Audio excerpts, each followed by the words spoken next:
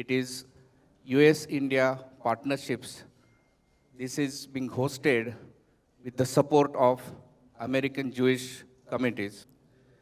Foundation for India and Indian Diaspora Studies is Indo-American Policy Foundation. We do engage into policy monitoring, formation strategies, and also creating awareness about the policies. In this capacity, we do work with the congressional staffs, we do work with think tanks, and engage various communities to get and represent Indian American issues in the mainstream. As an African American, I have had the privilege to visit India, and I know the history of Mahatma Gandhi and Martin Luther King Jr. And I had the privilege to go to the museum and to pick up some books and photographs that no one in this country, unless you visit India, would know.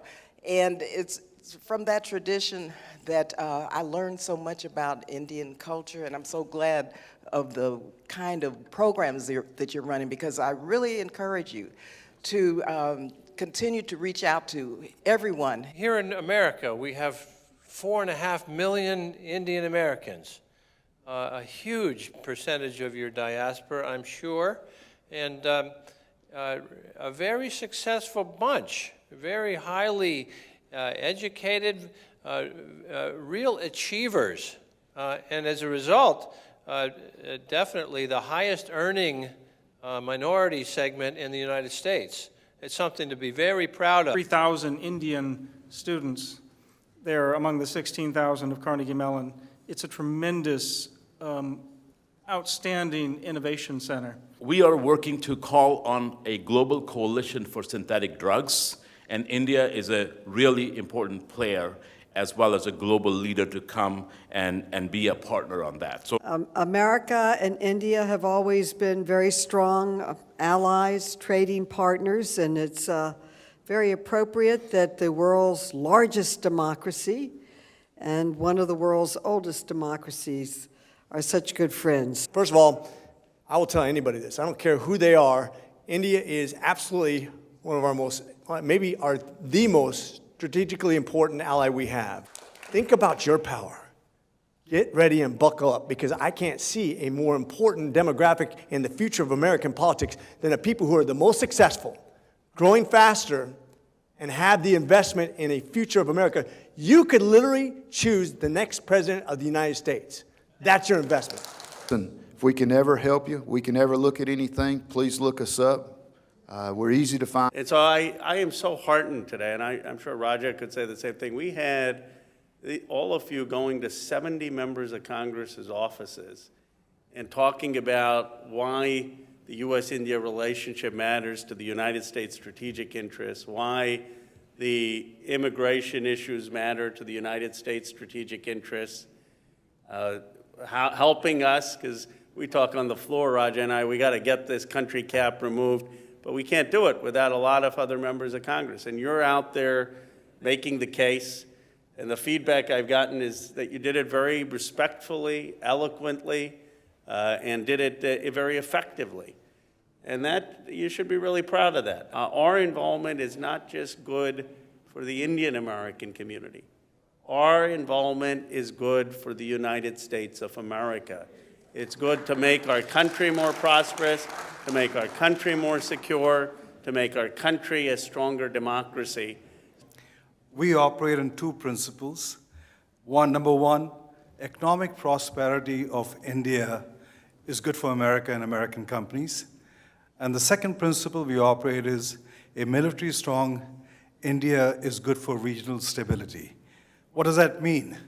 On the first principle, we are focused on trying to drive trade between the two countries to $500 billion, which is around now almost $200 billion. The second principle on military strong India, today India, 52% of the platform is Russian. Our objective is how do we basically make that into more self-sufficient, more manufactured in India. India, of course, is the fastest growing economy in the world, the largest country in the world as of last weekend. Of course, we know that India's trajectory has no limits. And so that is why it makes all the sense in the world for our partnership with India to strengthen, to deepen, to widen, to span as many sectors as we could possibly have them. We work closely with India on our most vital priorities: increasing mutual prosperity, advancing democracy, addressing the climate crisis, and upholding a rules-based order that is grounded in international law.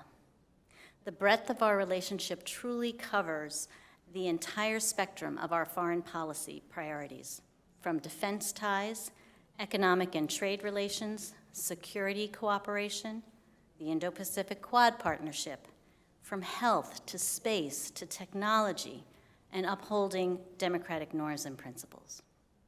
This is all underscored by our deep people-to-people ties, including a record number of Indian students who are currently pursuing higher education in the United States.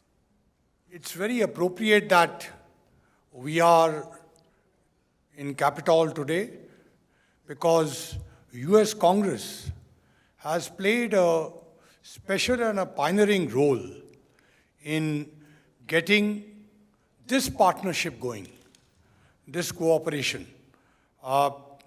And I don't mean it with any negativity at all, but they were a step ahead of the administration years back.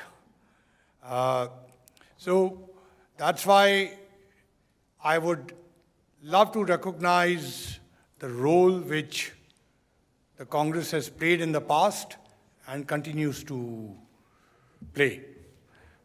Both of our countries, of course, have similar backgrounds, both formed out of English law, and I think that is one of the things that makes both of our economies so strong.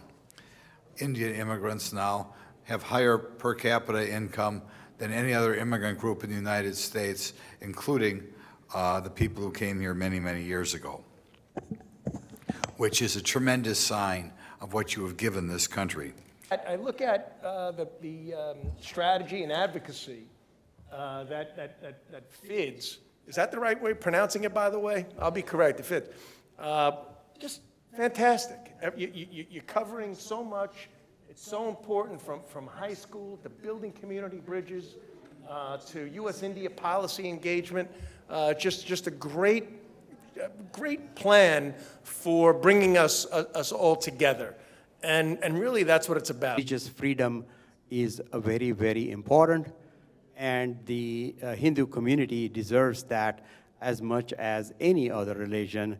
And the constant attacks on the Hinduism needs to be protested, just like we would protest attacks on Jewish religion. That's just like we would attack on Muslim religion. You know, every person has a right to pray the God that he or she wants to pray, and see from the summary of the event that we had 68 delegates, 73 total offices, means in-persons, and then evening event putting together so we could reach out to that.